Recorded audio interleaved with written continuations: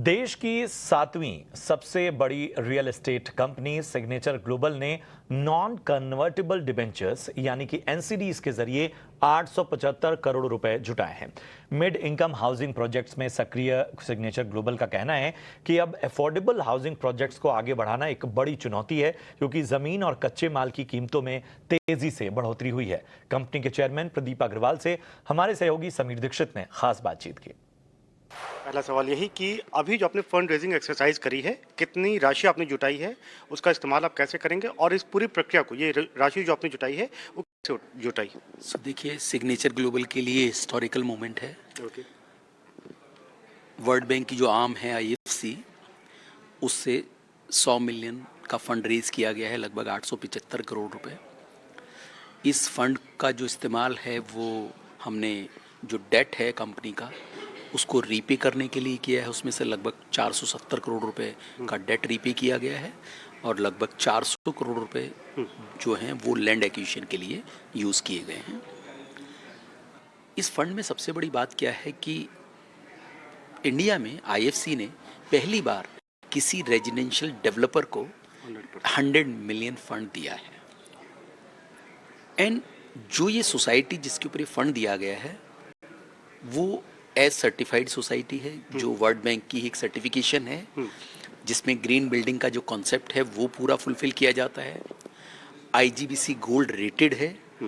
तो जो हमारी कंपनी का एम है ग्रीन बिल्डिंग्स को सपोर्ट करने का, अभी तक हम काफ़ी बिल्डिंग्स ग्रीन बिल्डिंग्स बना चुके हैं, जिसमें zero waste management, energy efficient building and water का सिंगल ड्रॉप भी कैसे यूज़ किया जाए, उसको रिट्रीट कैसे करना है, वो सारी चीज़ों के ऊपर ध्यान देते हुए इन सारी चीज़ों को देख के ही आईएफसी ने हम लोगों को ये फंड जो है ये दिया है।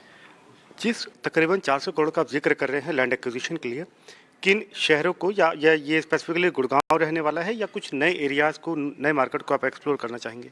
सो देखिए, कंपनी का जो आज की डेट में फोकस एरिया है वो गुरुग्राम है। ठीक है। और गुरुग्राम में 3 कोर मार्केट है, जिसमें द्वारका एक्सप्रेसवे काफ़ी हॉट मार्केट है, तो वहाँ पर हमारे प्रोजेक्ट्स आते हैं। साउदर्न पेरीफेरी रोड जो प्रीमियम मार्केट है, वहाँ पर काफ़ी ज़्यादा लॉन्चेस हमारे पास्ट में भी हुए हैं, आने वाले वक्त में भी काफ़ी बड़े लॉन्चेस आपको दिखाई देंगे। और सोहना रीजन जो हमारा काफ़ी एक मिड इनकम का की मार्केट है, आप पूरे मार्केट शेयर की बात करें, लगभग मिड इनकम में हमारा 80% से ज़्यादा का शेयर वहाँ हम मार्केट करते हैं। एंड ये जो पैसा है और ये जो लैंड एक्विजिशन किया गया है, ये उसी सोना रीजन में किया गया है और उसी के अंदर उस पैसे को यूज़ किया गया है। इस फाइनेंशियल ईयर में अब तक आपका कितना डिलीवरेबल रहा है और हम कितना एक्सपेक्ट कर सकते हैं आने वाले टाइम में? आपको क्या टारगेट लेकर के चल रहे हैं और वो किस कंपोजिशन का रह सकता है? सो देखिए, 3 गाइडेंस हमने इस बार दिए हैं। लॉन्चेस के 17,000 करोड़ के लॉन्चेस हम करने वाले थे, उसके ऊपर गाइडेंस दिया था। इन लाइन है 4,000 करोड़ हम ऑलरेडी कर चुके हैं। अगला जो H2 है उसके अंदर जिस तरीके से प्रोजेक्ट इन लाइन है, कंफर्टेबली हम 14,000 करोड़ के लॉन्चेस और कर लेंगे। लगभग 12,500 करोड़ रुपए का टारगेट किया हमने प्रीसेल नंबर्स का, जो लास्ट ईयर हमारा 10,300 करोड़ रुपए था, उसको लगभग 20% की ग्रोथ के साथ हमने 12,500 करोड़ का टारगेट रखा था।